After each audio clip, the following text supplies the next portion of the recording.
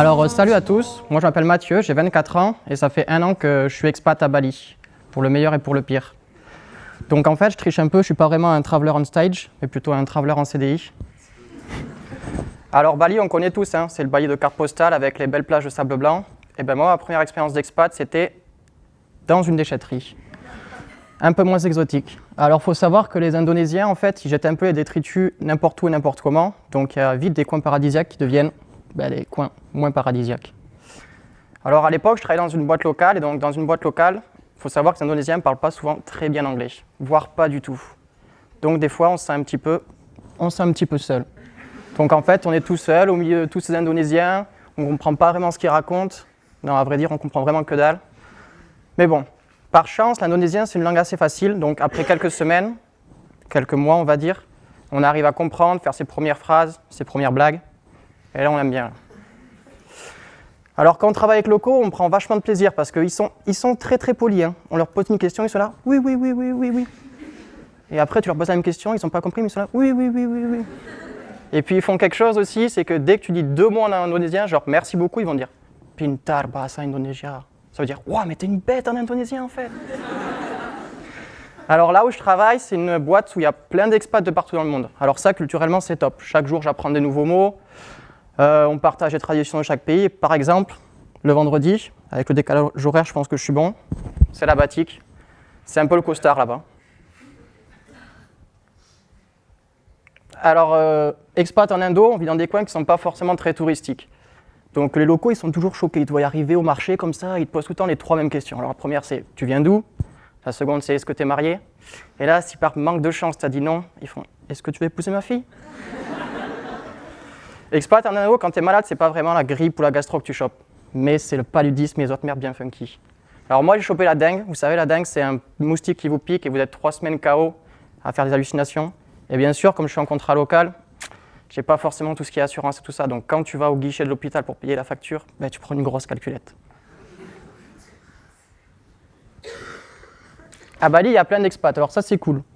Tu peux échanger des expériences, parler de la destination paradisiaque que tu as vécue le week-end dernier, à 5 minutes de chez toi, et pleurer sur tout le saucisson et tout le fromage qu'on ne peut pas manger ici. On parle aussi de l'image qu'on a par rapport aux locaux, parce qu'on a une image spéciale. C'est un peu une image, comment ils nous appellent les boulets. Ils nous appellent les boulets. Alors boulet, ça veut dire étranger à l'indonésien. C'est pas forcément négatif, mais c'est comme ça, on n'y peut rien. Donc quand t'es français, en plus, t'es un peu dégoûté, t'es comme ça, tu marches dans la rue, ils font « oh putain, regarde le boulet, il y a un boulet là-bas ». T'es pas forcément très content. Et puis en plus, moi, ce qui me fout vraiment les nerfs, c'est qu'en fait, on est tous mis dans le même panier. Donc que tu sois un touriste de base ou que tu sois un expat qui vit là toute l'année, t'es traité pareil. Alors moi, à chaque fois que je vais au petit resto local avec mes collègues locaux, je vais commander 2 fois moins, je vais payer 2 fois plus cher. Et à chaque fois, ils me trouvent la même excuse. Mais attends, mais regarde, t'as pris les aubergines. Les aubergines, c'est le plus cher. Et le lendemain, mais non, c'est le poisson c'est le plus cher. Mais alors en Indonésie, il y a beaucoup de corruption, comme les pays asiatiques. Moi, ce qui m'a le plus choqué, c'est je suis allé à l'ambassade pour récupérer mon visa. Donc j'ai donné les papiers au guichet, et la bonne femme m'a dit, vous en aurez pour 1 semaine. Et là, j'ai dit, non, mais vous savez, je viens de la part de monsieur Ketout, l'agent d'entreprise. Elle a fait, oh, très bien, monsieur, dans 2 heures, c'est prêt. Alors, le visa, en fait, c'est vraiment l'angoisse permanente pour les expats. On ne sait jamais si on est en règle, et à chaque fois que l'immigration fait les descentes, moi, j'ai 2-3 collègues qui sortent par la fenêtre, qui partent en courant comme ça. Toujours bien sympa. Alors, en Indo, on se balade tous en moto. Il fait beau, il y a le soleil, les cheveux au vent. Manque de bol, quand on est là toute l'année, on passe forcément par cet antibiotique. On va à l'hosto parce que voilà, c'est un pays qui n'est pas très propre, donc des égratignures, c'est antibiotique automatiquement. Et j'ai oublié mon texte pour ce truc. Alors, ah oui, voilà. Les Indonésiens aussi, ils ont un repère spatio-temporel qui est quelque peu différent. Alors moi, quand j'ai fait ce voyage, c'était en juin, on m'avait dit, tu en auras pour une demi-journée gros maximum.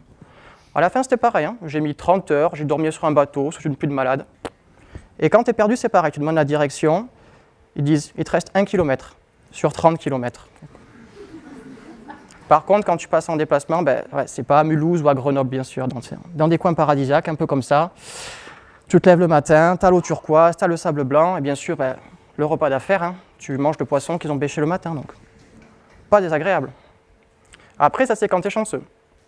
Quand tu as été méchant et que tu es puni, ben, tu vas à Jakarta. Jakarta, c'est magnifique aussi. Hein. Tu peux admirer les bouchons, la pollution, les inondations. C'est vraiment une belle ville. Et puis surtout, à chaque fois, tu as une réunion, tu arrives avec une demi-heure de retard. Mais bon, les autres, ils ont 1 heure de retard, donc on peut dire que tu es presque en avance au final. Ah oui, aussi, quand tu travailles en Indonésie, tu te rends compte qu'il y a souvent des histoires un petit peu folles qui circulent. Alors moi, ce qui m'a le plus marqué, c'est il y a quelques mois, on allait faire un audit dans un hôtel. Et 2 semaines avant, l'électricien était mort suite à une mauvaise manipulation.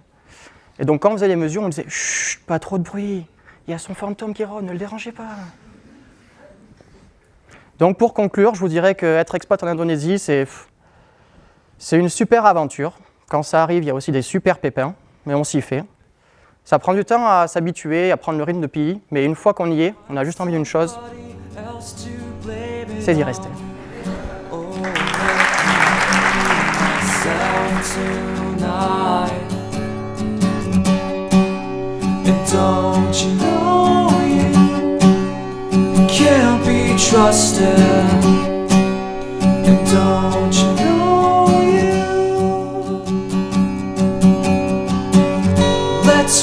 Let's get out of Hicksville. Take stock of what they say. The sky is so much clearer on the other side anyway. Let's roll, let's get out of Hicksville. Take stock of what they say. The sky is so much clearer on the other side anyway.